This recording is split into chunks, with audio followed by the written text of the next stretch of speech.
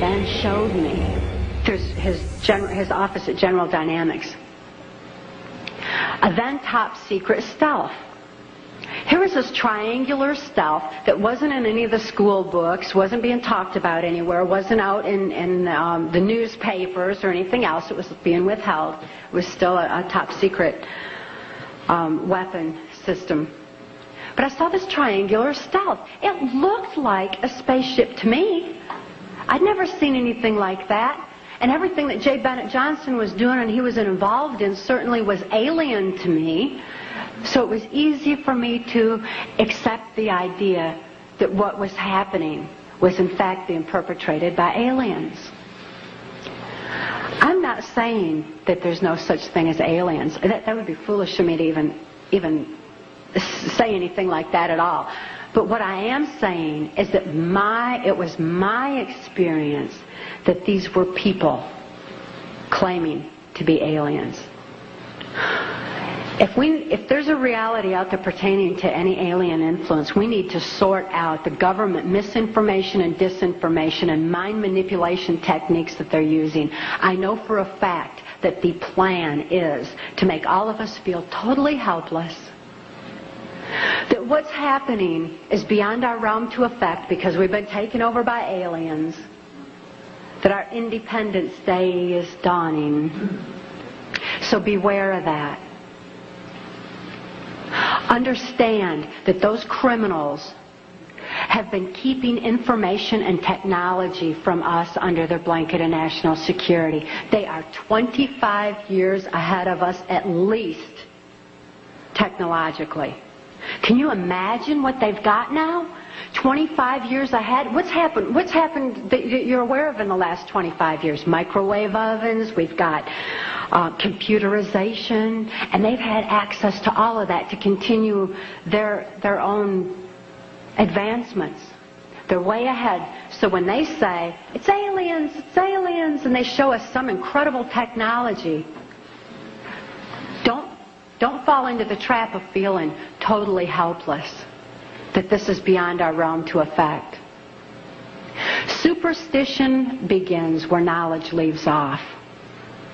And they have been keeping knowledge from us for a long time. People have all kinds of belief systems. And I'm sure each and every one of you has various and different belief systems as well. Regardless of what your belief system is, it is imperative that you know that these criminals are people. They are within our realm to affect. They need to be held accountable for their actions and their crimes against humanity.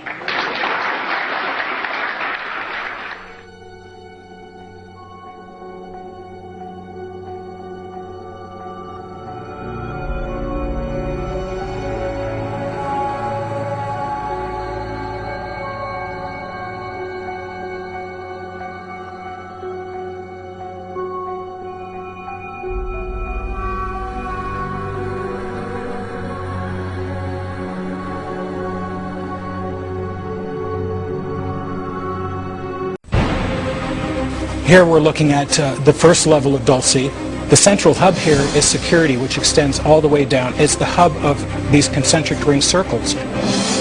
Each area is connected by corridors and passageways. Level 2, they strip you down and take all your personal clothing, they weigh your body, they take biometric scans of you and everything. And so in case you're trying to smuggle something out, they know exactly what you ate, they know exactly how much you should weigh, they know if you have something in your stomach. They're really taking it to extremes. Well, you would have to with something like this. They're frightened that it would be discovered that humans were being experimented on for genetic research. Well, level 3, we have the computer bank area. This is where they contain all command, control, communications, and intelligence. Level 3 doesn't sound very dark. When does it all start? Well, it starts getting more interesting at level 4. Here's where they get some of the more exotic research. They've studied the human aura, all aspects of telepathy, hypnosis, dreams. Guys, wait, hang on a second. Wait, are you talking about extraterrestrial visitors that are working with our government? Both. They call level 6 Nightmare Hall. This is where all the genetic experimentation is occurring, where they fuse animals and humans together. John Lear showed me his drawings of the Costello photographs. in which there were body parts in vats of morphed human beings in cages. How do we know that's even real, though? I mean, I saw the pictures, Pat, with my own eyes. Photographs or sketches? Everybody saw, about 2 or 3 years ago, a mouse with a human ear growing out of its back. Do you remember seeing that? I saw that. Remember, the military-industrial corporate complex is actually about 30 to 40 years ahead of us. So that means that at the time when these came out, chances are they were successfully fusing humans and other animals together as a precursor to what we're seeing now. When the test subjects are housed in level 5, they're taken in, the experiments are done on level 6, then they're transported to level 7. This is the horrific area. Guards, like Thomas said, that they had the cages. They were told not to talk to anybody. These were half men, half other animals. Who's doing these experiments? Reptilian humanoid beings, the small grays. You're saying there are terrestrial reptilians down there, and there are gray aliens down there, and there are humans who are willingly helping to perform experiments on other humans down there. Why are you that is a nightmare. Why are you so shocked at humans performing other experiments on humans? I'm trying to separate fantasy from reality here.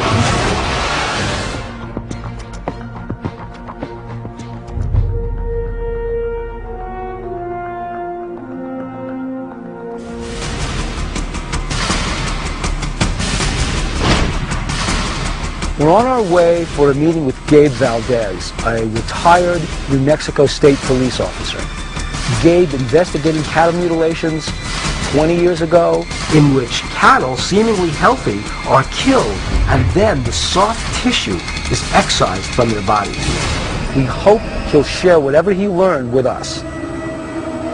In my profession, you have to focus on physical evidence. And the physical evidence that we found doesn't come from outer space.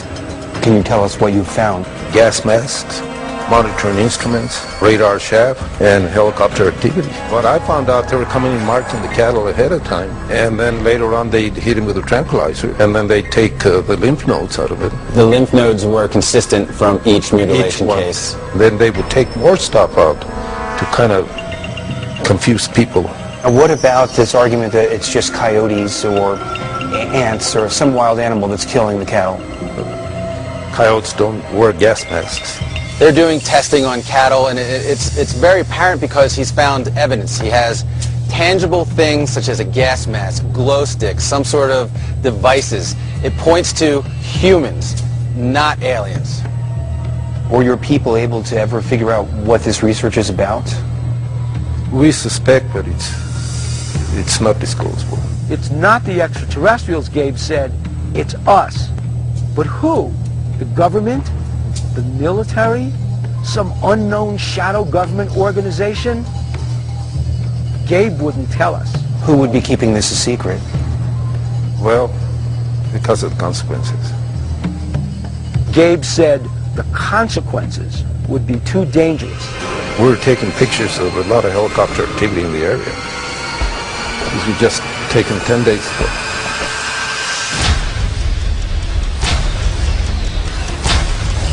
I think that if there was some kind of secretive organization operating here, they wouldn't have a huge emblem or logo on the side of their helicopter. The aliens are so advanced in technology. It was mutilated. Whole inside is gone, cleaned out. Gabe Valdez is giving us a whole new approach to the cattle mutilations he investigated. His investigation told him these were not extraterrestrials at all, but he actually saw military helicopters over these mutilation sites. During your years of investigating cattle mutilations, what is the most anomalous evidence you came across? Well, they mutilated this animal about 40 miles east of here, and we could tell where the aircraft came to. They didn't do the whole process, and they left a fetus inside the animal. A fetus? Yeah. Look, a fetus, a cow fetus. No, it looked like a human, a monkey, and a frog. It didn't have any bones in the head. It was all full of water. What was the size of this fetus? Probably about 42 inches long, but something went wrong with whatever they were doing.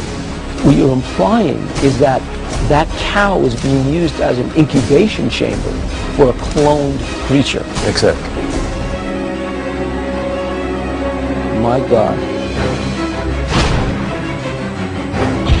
What are we looking at here? Is this a head? That's the front part is the head.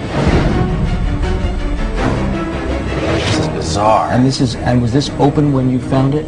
Yeah, it was open. And are these the eyes? Yes. We really had to retrieve them back in order to see them. So there are eyes underneath that fur skin going on. Look at the ear. That's an ear? Yeah, that's the ear. It's an ear of the human. What happened to the fetus? We took it and had it analyzed. It was very confusing to the veterinarians. Did the vet identify anything as human in that fetus? Yeah, I think he could tell the eyes were. Honestly, this just looks like some crazy genetic experiment gone completely wrong. Yes. Right. It's madness. This is madness.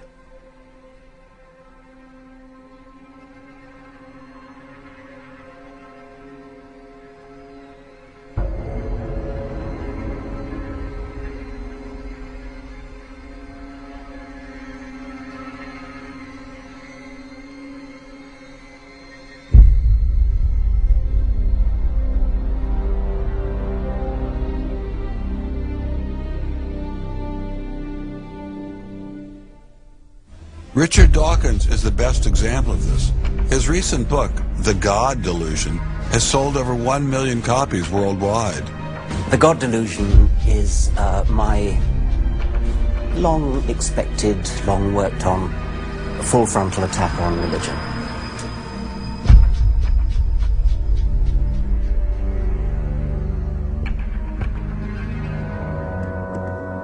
Hello, Professor Dawkins. How are you? I'm Ben Stein. I'm so sorry to keep you waiting. How are you? Fine, thank you. You have written that God is a psychotic delinquent invented by mad, deluded people. No, I didn't say quite that. I said something rather better than that. Oh, well, please tell us what you said. Please tell us what you said. Well, I would have to read it from the book. No, please. The God of the Old Testament is arguably the most unpleasant character in all fiction. Jealous and proud of it.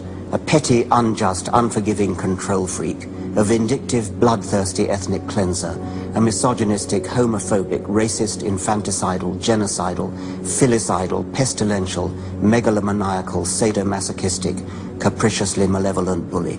So that's what you think of God? Yeah. How about if people believed in a God of infinite lovingness and kindness and forgiveness and generosity, sort of like the modern day God? Why spoil it for them?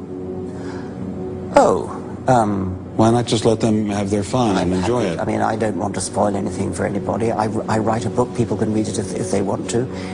I believe that it is a liberating thing to free yourself from primitive superstition. So religion is a primitive superstition? Oh, I think it is, yes. So you believe it's liberating to tell people that there is no God? I think a lot of people, when they give up God, feel a great sense of release and freedom. Why do you think that? I mean, what's your scientist? What's your data? I think, well, I've had a lot of letters saying that, and There are 8 billion people in the world, Yeah, Dr. Dawkins. How many letters have you had? No, I haven't done that. That's quite true. Professor Dawkins seemed so convinced that God doesn't exist that I wondered if he would be willing to put a number on it. Well, it's hard to put a figure on it, but I mean, I'd put it as something like, 99% against or something. Well, how do you know it's 99%? I don't. You say not 97%. No, I did. You asked me to put a figure on it, and I'm not comfortable putting a figure on it. I think I just think it's very unlikely. What? But you couldn't put a number on it? No, of course not. No. So it could be 49%. Well, it would be. I mean, I think it's unlikely, and it's quite far from 50%. How do you know? I don't know. I mean, I put an argument in the book. Well, then who did create the heavens and the earth? Why do you use the word who? You see, you immediately beg the question by using the word who. Well, then how did it get created? Well, by a very slow process. Well, how did it start? Nobody knows how it started. We know the kind of event that it must have been. We know the sort of event that must have happened for the origin of life. What was that? It was the origin of the first self-replicating molecule. Right, and how did that happen? I told you we don't know. So you have no idea how it started? No, nor has anybody. Nor has anyone else. What do you think is the possibility that intelligent design might turn out to be the answer to some issues in genetics or in evolution? It could come about in the following way. It could be that at some earlier time, somewhere in the universe, a civilization evolved by probably some kind of Darwinian means to a very, very high level of technology and designed a form of life that they seeded onto perhaps this planet. Now, that is a possibility and an intriguing possibility. And I suppose it's possible that you might find evidence for that if you look at the details of biochemistry, molecular biology. You might find a signature of some sort of designer. Wait a second. Richard Dawkins thought intelligent design might be a legitimate pursuit? And that designer could well be a higher intelligence from elsewhere in the universe. Well, but that higher intelligence would itself have had to have come about by some explicable or ultimately explicable process. It couldn't have just jumped into existence spontaneously. That's the point. So Professor Dawkins was not against intelligent design, just certain types of designers, such as God. So the Hebrew God, the God of the Old Testament, he doesn't exist in your view? Certainly. I mean, that would be a very unpleasant prospect. And the Holy Trinity of the New Testament, that doesn't.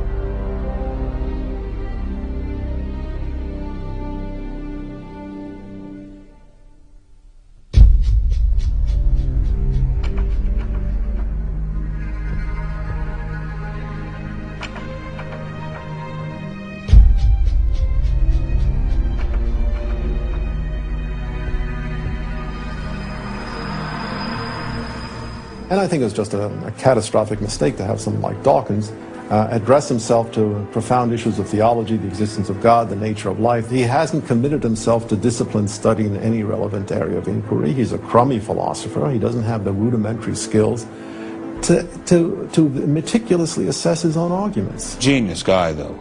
Very smart guy. A little bit of a reptile, but very smart guy.